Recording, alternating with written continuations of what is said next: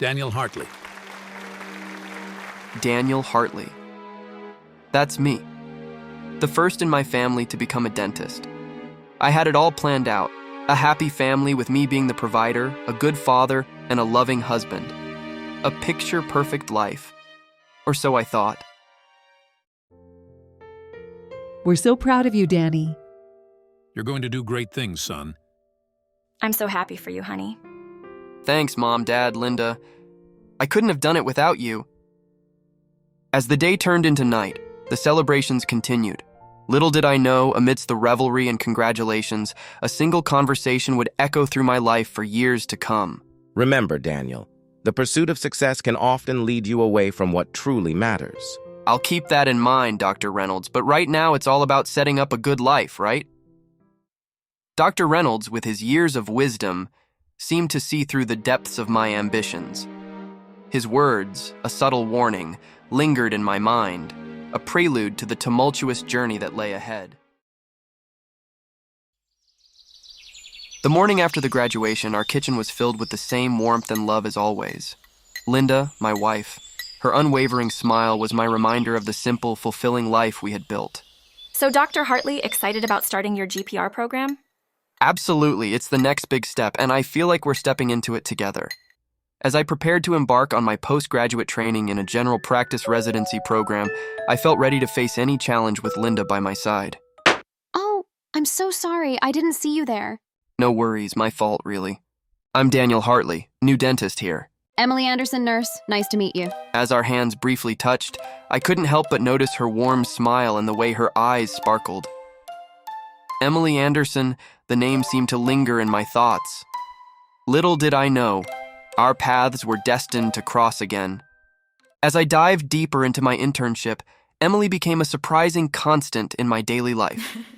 Our conversations, initially about work, gradually became more personal. I found myself drawn to her in a way I hadn't anticipated. A line was crossed during the hospital's fundraising party. Her beauty struck me from the moment she stepped in. We danced and dined together the whole night. The attraction between us was undeniable. I was at a crossroads, and the path I was about to choose would alter everything.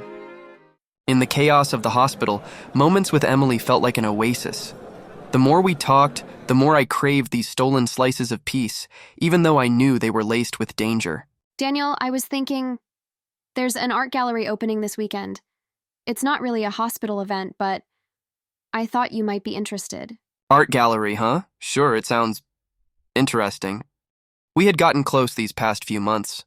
My mind racing, I convinced myself it was normal for friends to hang out. That what I felt was nothing more than camaraderie, a natural bond formed by our shared experiences in the hospital. I told myself that I was merely reading too much into our interactions, mistaking the warmth of friendship for something deeper. As I approached the upscale art gallery that evening, I couldn't help but feel like a fish out of water. My attire, sharp and meticulously chosen for the occasion, seemed almost incongruous in the world of opulence that surrounded me. Stepping into the gallery, I was immediately immersed in a symphony of cultured conversations, the delicate clinking of wine glasses, and the enchanting melody of a live-string quartet. The atmosphere exuded sophistication, and it was in this very environment that I discovered Emily. She stood before me, radiant in an elegant dress, an embodiment of grace and charm. Emily beckoned me over to a particularly vibrant painting, her words imbued with a sense of depth that resonated with the artwork before us. This piece, it speaks of hidden desires and unspoken truths. Don't you think? Yeah, there's a depth to it. Kind of like some people I know.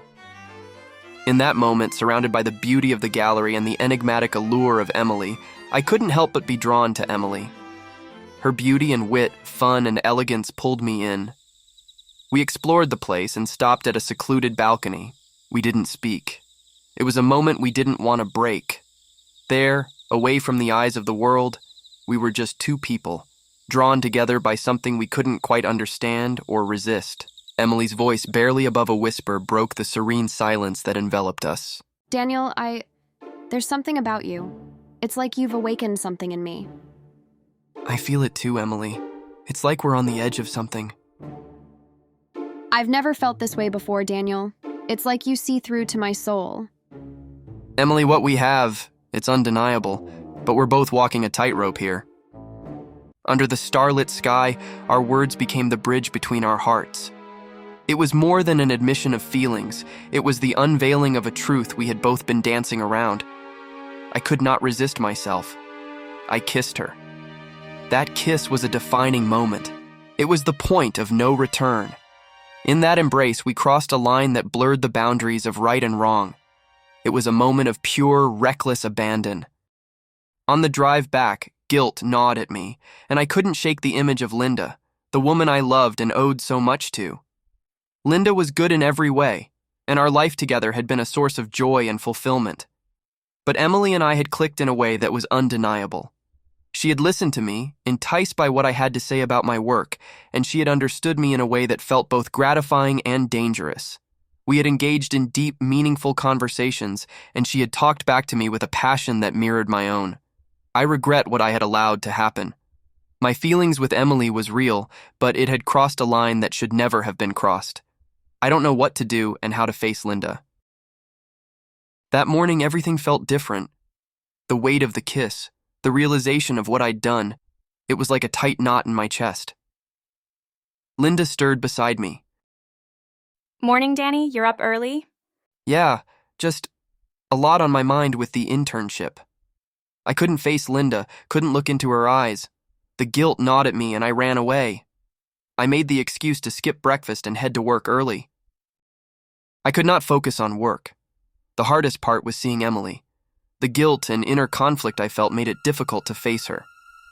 As we crossed paths, our gazes met briefly, but I looked away before she said anything. I couldn't help but avoid her, torn between the longing and the guilt that gnawed at me. In the hospital lounge, I sat deep in thought. Thinking about the future, Daniel? It was Dr. Reynolds, my mentor. He approached me with a knowing look in his eyes, his voice tinged with a quiet understanding. Yes, I am. I've been considering starting my own practice, but it's a daunting step. With your skills, Daniel, you could excel in your own private dental clinic practice. It's a bold move, but sometimes it's those bold moves that lead to the most fulfilling chapters in our careers. As the weight of his words settled in, I knew that this was the decision I needed to make. Opening a private dental clinic practice would provide the distance I needed from the hospital, and it was the path that would allow me to stay faithful to my wife and honor the commitment we had shared for years.